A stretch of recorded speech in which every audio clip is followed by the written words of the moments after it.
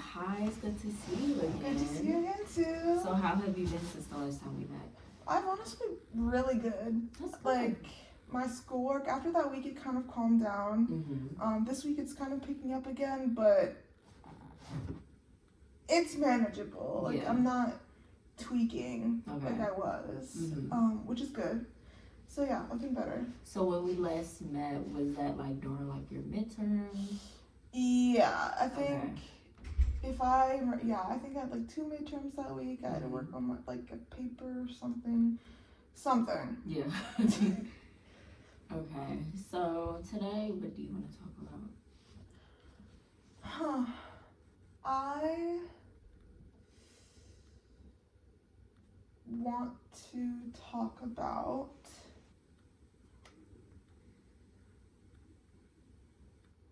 I think I want to talk about my mom. Okay. Because I started dating this guy a month and a half ago. And he's my boyfriend now. And I told my mom about him for the first time yesterday. So, I got inspiration because I kind of realized I don't need to tell her anything I don't want to. So yeah, I spilled the beans yesterday. And I'm still not sure how I feel about it. Okay. So. Valid. So with you and your partner, how long have you guys like known each other before? Before dating, like nothing. Okay. I met him on Hinge. Okay. Yeah. So we've been seeing each other for like a month and a half. Okay.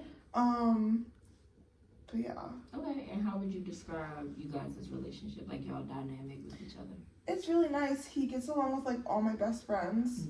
And so there's nights he can just come over, we can all play Mario Party and it's chill. Like he's a part of the friend group now and not necessarily, it's not just romantic. Yeah. It's y'all definitely have like a friendship inside of it. That exactly. And I think he's very involved with my friends and that matters a lot to me. And he's just a good guy. He's like me, but boy version. Yeah, you get it. Like same music, same taste level, same blah blah blah. So yeah. That's good. I'm happy to hear that. So I know last time when we met, we talked about like your relationship kind of with your family. Like, how would you describe your relationship? And then I'll tell you how I like depict it from what you said. So my whole family, or like my mom specifically? We can start with your whole family. Whole family. So it's very all over the place. Like a recap. Mom and dad divorced. Mom remarried stepdad. Mom and stepdad live in a house. Dad lives in a house. My 2 sisters transfer between houses. And then my stepbrothers transfer between my mom's house and their mom's house. So, and now I'm in school, so I'm just not part of that anymore at all, which I don't really care about at all. I don't want to be involved with that. But the confusing thing is, like this is gonna sound obvious, but what I'm describing is kind of like the extreme version. Every dynamic with every person is different. Like, I talk to my dad, my dad and I have a very different relationship than my mom and I have a relationship. And like, I don't know, this sounds obvious, but I think my point is just saying it's like 2 extremes. Like, mom is kind of like, I don't know, bad and good. I don't know how to describe it. But I'm not sure if that really answered any of your question. Your question at all. So I would say, from what I got from that, not as complicated, but it's very like a concrete type of relationship. Like it's either one or the other. That's true, and I think it's like complicated in the way that communication is off, and so everything is off. Like, for example, if I wanted to know something about my mom, I wouldn't ask her. Mm-hmm. I would ask my sister and then my other sister, and then she'd be like, well, my sister would be like, I don't know, ask dad. Ask dad. He doesn't know. Like, Yeah. it's, no one tells each other anything. Yeah. And I've kind of learned to live with that, and also doesn't make it less annoying, rather. Mm-hmm. So, it's complicated in that aspect. Okay, so like the communication, Mm-hmm. is that like throughout the whole family, or is it just, okay. Yes. Like, my dad sucks at that. My mom, Yeah. I don't even know how to explain her. Yeah. And like, my sisters don't care enough, and I don't care enough. Mm-hmm. I'm not innocent in this, by the way. Yeah. Like, I also don't talk to anybody in my family because, shit, why would I, you know? But yeah. Yeah. So what made you want to tell your mom about your partner? This all started because I did like a hard launch on my Instagram story. Okay. And she saw it. She didn't like it or anything. And I'm like, you obviously saw this in the connotation this was posted in, because I put myself in her shoes. If my daughter posted on her story, I'd analyze it. What is she doing? She's away from home. I'm curious. So no way she just skimmed past that shit. Yeah. So I'm like, okay. And I did I waited a couple days for it, and I'm like, fuck it. I talked to my friend yesterday, and then after, I'm like, I keep saying like, whatever. I say, okay, fuck it, I'm calling her on my way to class.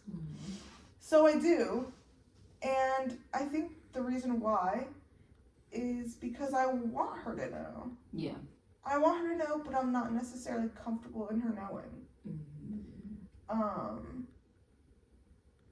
Because the reason I didn't tell her, like, quit sooner, I guess, was because I kind of wanted this to myself. Like, I don't want anyone else in on this. I don't want anyone else to know. I just want this one thing to myself. Because I don't know, I feel like I really haven't had that historically. And so I just wanted to just be fully me and my opinions and my thoughts only. Okay. You know? Yeah. So I think that's the reason I didn't tell her. And also I don't really know why I felt compelled to tell her. Yeah. You know? So from what I'm getting from that is you probably felt compelled to tell her just because that is your mom. That probably was like the overarching thing. Like, yeah, that is my mom. I do gotta tell her. Yeah. That's probably what it was. But I'm curious, when you say you only want it to be you and your opinion, when it comes to things you do in your personal life, do your mom have like opinions on that type of stuff? Oh yeah. Oh yeah. It doesn't really matter if it's good or bad. Yeah. Because opinions are good and bad. It's no, you know, they're not all good, they're not all bad. Yeah. I just don't like the idea of, let me think. I don't like the idea of her having anything to do with my life. Okay. Even if I were to tell her I got a good grade on like an exam, I don't want the praise from that. I don't want the praise from that as much as I don't want the negative, like, oh, you should have done better. Yeah. You know, it's all the same to me. There's positive, negative, just any response. Kind of, I'm on edge. Yeah. And so I don't want to deal with that. And it's also just less complicated if I keep it to myself and like my friends at school rather than like my mom at home. So I think that's why. Yeah. In our last session, we definitely discussed like your at-home self compared to your self here in Towson. And what I'm getting from that is you're definitely more comfortable here in Towson. Do you think that has to do with like how you grew up back home, like how your family dynamic was, how you guys talk to each other, like stuff like that? I think it's 100% because I'm away from home. Yeah. Like 100%. And I would go so far as to say it's because I'm not living with my mother, because during the summer I lived at my dad's house, like basically like solely. Yeah. Because I worked and it was close to my dad's house, and I'm like, fuck, I'm not going over there. And so I think because I am far away, and it just gives me more independence, and like you said, I am a different person here. And I don't have to worry about anything like over here, to be honest. Yeah. I am completely self-sufficient, and I don't want the other thing is I don't want anything from my family. I say like they don't.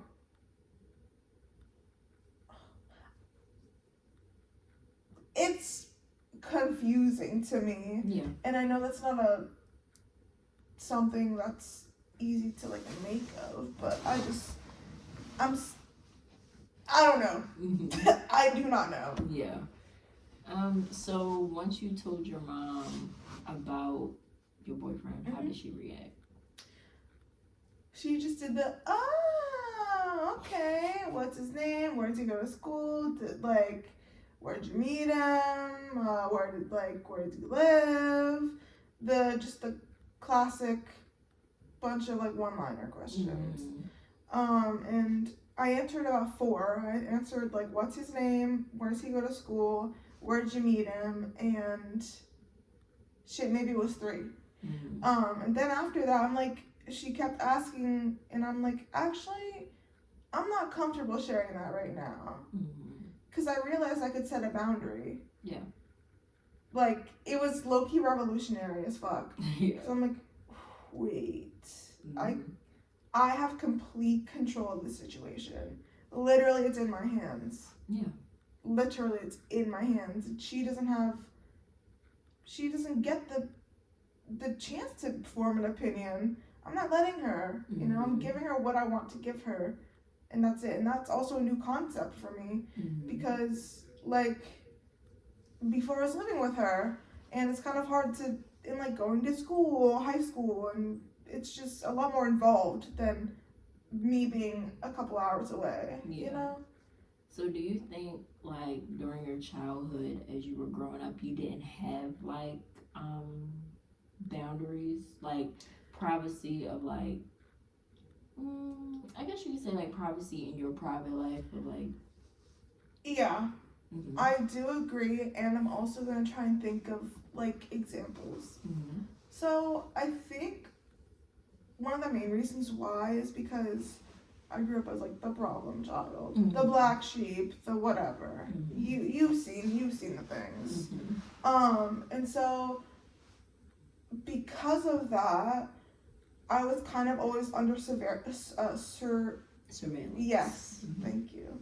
And I didn't really get the chance to like have, I guess, private time in the way that like alone time by myself, you know, like with the door closed, never locked, don't forget it. And because I just felt the need to, I don't really know, there's a lot there, but yeah, also just as a child that, and then when I was like getting older in like middle school, high school, I started like going to like psychiatrists and therapists, well, psychiatrists mostly, and like started getting diagnosed with shit, and I'm like, okay, so now all of these doctors and my mom and my parents are just in my shit all the time. They know everything that's going on. They know every medicine I'm taking. They know everything I'm diagnosed with. They know every appointment I'm going to. It's a lot. Yeah. It's a lot. And so I didn't really have that revelation until recently that, yeah, maybe not. Like, there wasn't a lot I had to myself. Yeah. And maybe that's why I do feel so strongly about this here. But yeah, I agree with you. Mm-hmm. So what made you sorry about that. Yeah, no, you're what good. made you the problem child? Like, you bring up that, what do you recall that term a lot. So what made you the problem child out of all of your other siblings? So, like, growing up, it was just, like, my two sisters. My stepbrothers weren't really, like, around until we moved in together, which was, and they also weren't there a lot when we moved, because they also moved, like, between houses. But the problem child, I, like, the classic anger issues argument, like, and I think that's because I wasn't getting enough attention, and that meant that I got the most attention because I'm acting out because I want attention, then I get it, and then the cycle continues. Yeah. And I just got in trouble. My older sister Emerson's really smart. My twin sister Kenna is also really smart. Like, Emerson's artistically inclined. Kenna did gymnastics for a while. I just never did anything at all. I didn't do extracurriculars. I didn't do, like, I did okay in school. I passed in school, like, C's, A, B, C's. A, B's, and occasional C's. But that, like, didn't matter compared to whatever else they were doing. And so obviously that calls for some sort of need for that attention that they were getting. Yeah. So, like, acting out, lashing out, like, I got in trouble at school a bunch, like.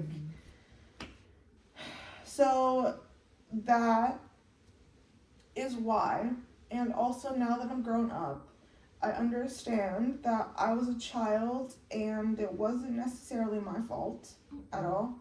You can't really blame anything on a child, it's just the people who they're around. And also, it feels weird saying that because I feel guilty for saying that I was just a kid. Even though that is 100% true and 100% valid, it leaves a bitter taste on my tongue because it feels like I'm kind of like pushing it off of yourself. That and what's the word? Like deflecting. Okay. Kind of like, oh, but it's fine because I was a kid. I can see that. I don't want to feel like that because I do feel like it is my fault, and me being a kid had jack shit to do with it. Yeah. And so actually saying it, I was a kid and it wasn't my fault is weird and doesn't seem right. Yeah. Even though it is, but the cycle fucking continues. Yeah, it doesn't feel right. So with that, I will say, like, you got the attention, but it wasn't the positive attention that your other sisters were getting. Just because they were in those extracurriculars, they had those, like, special grades. When it came to, like, that negative attention, was it both parents or, like, majority your mom? Majority my mom. I also wanted to, can't think of a better word, impress my mom more. I wanted more recognition from my mom other than my dad. Yeah. Because my dad is, like, low-key a chiller. Like, he doesn't care. And his rules were really lax compared to my mom. Yeah. So that's another thing that kind of, the opposite environments, good, bad. Yeah. Just, like, literally completely opposites. Yeah. So do you think your dad was more, like, even with you and your sisters? Like, everybody got the same amount of attention?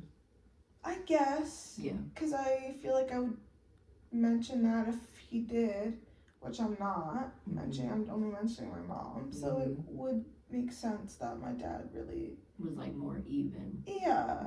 Or just didn't care as much in the fact that, like, don't make it an argument kind of thing. Just, like, let that shit go. Yeah. Like, when the three of us were fighting, you know? Yeah. So with your mom, have you ever like brought it to her attention? Like bring it to her attention that you felt like you lacked like something from her that basically everybody else was getting? No. Because I don't think she's ready for it. Ready to hear that. I'm waiting. I'm playing the long game. Yeah. I am. Because I want her to mature before I say these things. Because if I say these things now, it's not going to get anywhere and I'm going to be upset because, oh, she's not listening again. You know? So you have to wait for the right time. Yeah. Because I do want to get my point across and it'll happen one day. Okay. It'll happen one day. Yeah. I agree. Some people, I think it's really mostly with like family that you can't bring up issues that like you've been laying on for like a minute. You can't bring those up until they're ready. Earlier, right? Girl. But it's like you couldn't handle that. Yeah. So yeah, I definitely see where you're coming from.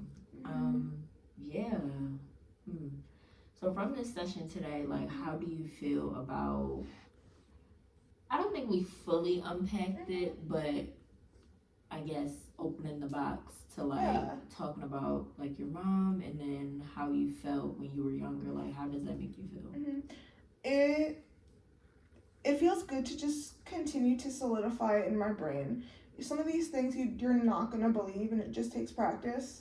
Like the kid thing, or like the like you got it. You were here. We just talked. Yeah. But I think it's just good to remind myself of the things that it's not entirely my fault always. Yeah. You know? And it will go somewhere in the future. You know? Yeah. Okay. So I think we did make good progress today. I really appreciate you opening up about your past and all that good stuff. Hopefully in our next session we can move forward and maybe think of more like action-based things to do and stuff like that. So yeah. I hope you had a good session today. It was good seeing you. See you next time. Bye. Bye. Okay.